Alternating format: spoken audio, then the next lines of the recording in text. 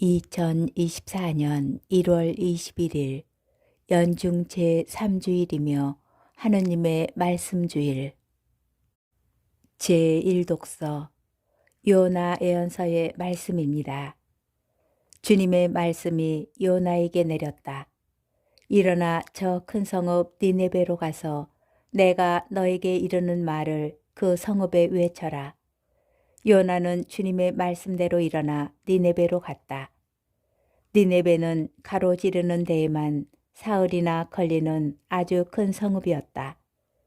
요나는 그 성읍 안으로 걸어 들어가기 시작하였다. 하룻길을 걸은 다음 이렇게 외쳤다. 이제 40일이 지나면 니네베는 무너진다. 그러자 니네베 사람들이 하느님을 믿었다.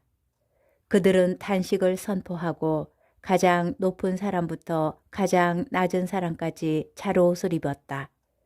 하느님께서는 그들이 악한 길에서 돌아서는 모습을 보셨다.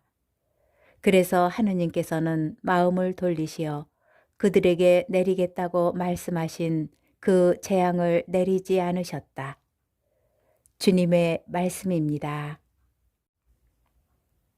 제2독서 사도 바오로의 고린토 1서 말씀입니다. 형제 여러분, 내가 말하려는 것은 이것입니다. 때가 얼마 남지 않았습니다.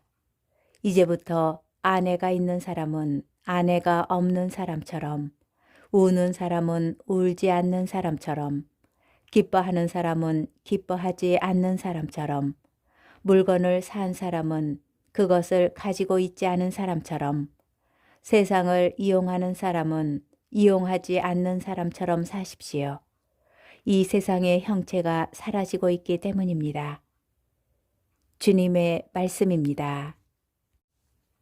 복음, 마르코 복음 1장 14절에서 20절의 말씀입니다.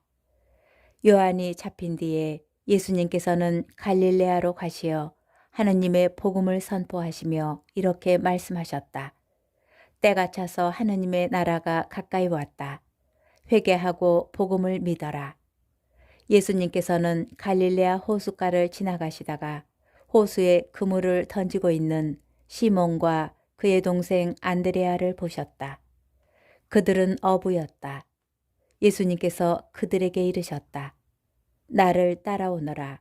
내가 너희를 사람 낚는 어부가 되게 하겠다. 그러자 그들은 곧바로 그물을 버리고 예수님을 따랐다.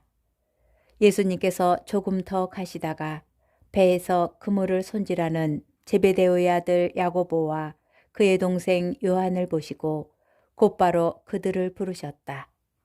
그러자 그들은 아버지 제베데오를 사꾼들과 함께 배에 버려두고 그분을 따라 나섰다.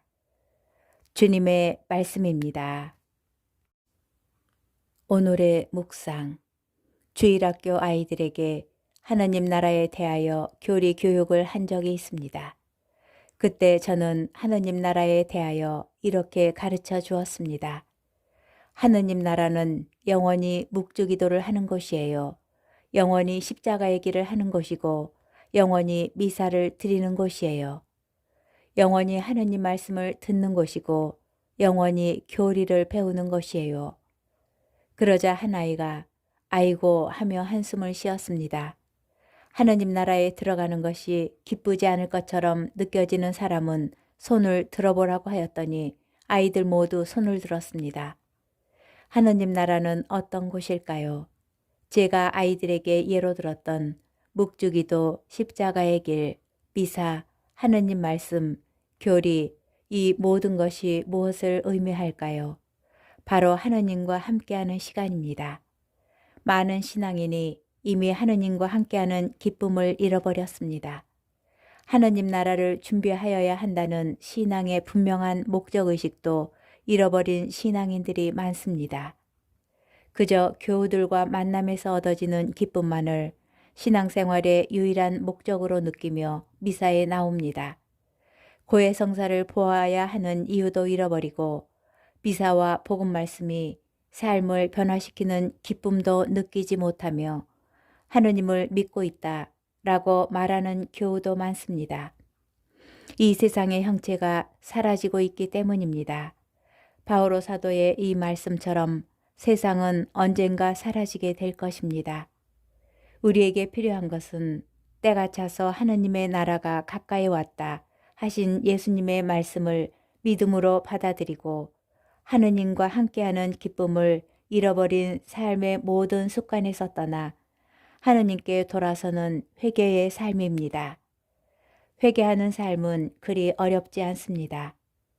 니네베 사람들이 이제 40일이 지나면 니네베는 무너진다 라고 선포한 요나 예언자의 말을 믿음으로 받아들여 스스로 악한 길에서 돌아서는 선택을 한 것처럼 때가 차서 하느님의 나라가 가까이 왔다 라는 예수님의 말씀을 정말 믿음으로 받아들이게 될 때 누가 시키지 않아도 우리 스스로 회개의 삶을 선택하게 될 것입니다.